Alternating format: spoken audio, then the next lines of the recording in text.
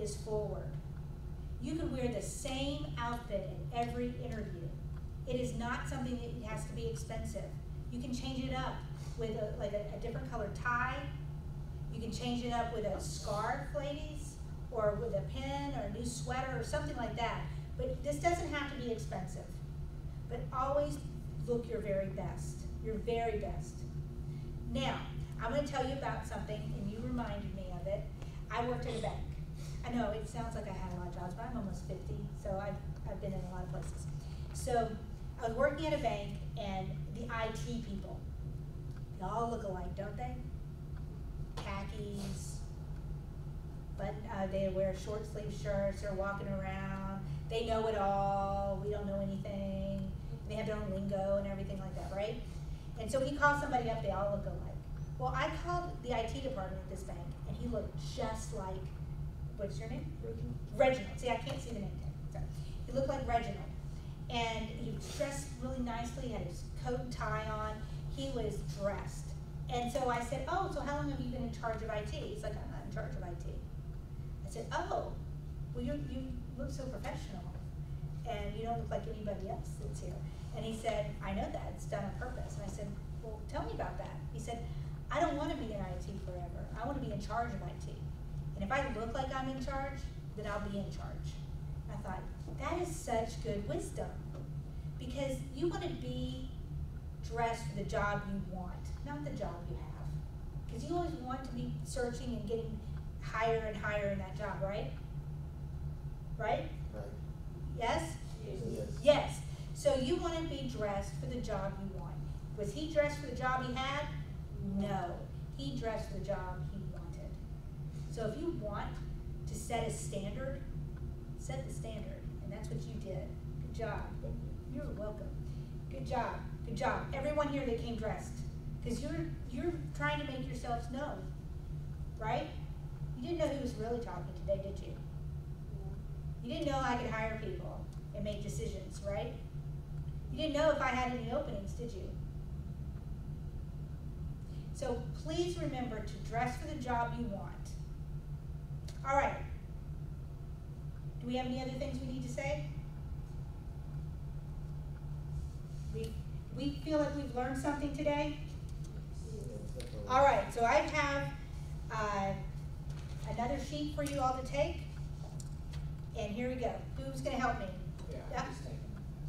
No, you're not going to do that. I need somebody up here. Okay, come on, Kayla. All right, Darius, have you already helped once before? No, ma'am. Enough? Okay. Okay, so we're going to have a firm handshake. We're going to smile. We're going to have our best attire. Name tag goes on the Right side. Do we have our cell phones on or off? Do we chew gum or not? No. No. Oh my gosh, I have to have a conversation with one of my employees today. Seriously, in about 10:30, I have to talk to them about not chewing gum at the front desk. Please, whatever you do not chew gum at the front desk or anywhere else. It is not a pretty sight. It's not pretty. Okay. Why is networking a time commitment? Because it takes time to get to know the person, right? So when I was asking you questions today, wasn't that a little bit of my time? It was a little bit of your time too. Okay, who's already in your network? Who's on your wish list? That's what that number 20 plus 5 equals 25. That's your wish list. These are people you want to know. What civic groups do you belong to? Those are very important. Volunteering is very important. I have 4 more minutes. So what I want to do is I want to tell you what happens when you volunteer. When you're volunteering for an organization, and let's say it's a community-wide event, you never know who's next to you in those events, because community people who are community-minded, they're all over the place. They're from the CEO all the way down to the person who takes out the trash. You never know who's right there. So if you're networking and you see a community event and something you want to do, join in, because you don't know who's digging that hole next to you. It could be the secretary, the gatekeeper. It could be the CEO of the organization. It could be Doug Brown from Peabody. You never, ever know.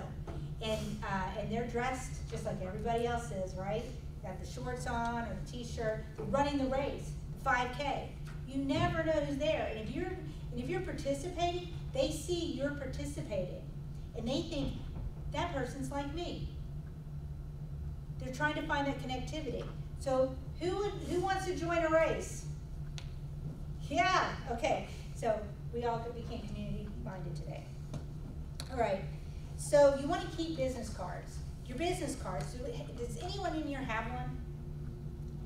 Okay, what I want you to do is, I really want you to consider getting some business cards. Like, you can get some for very, very, very inexpensively. But all you need is your name.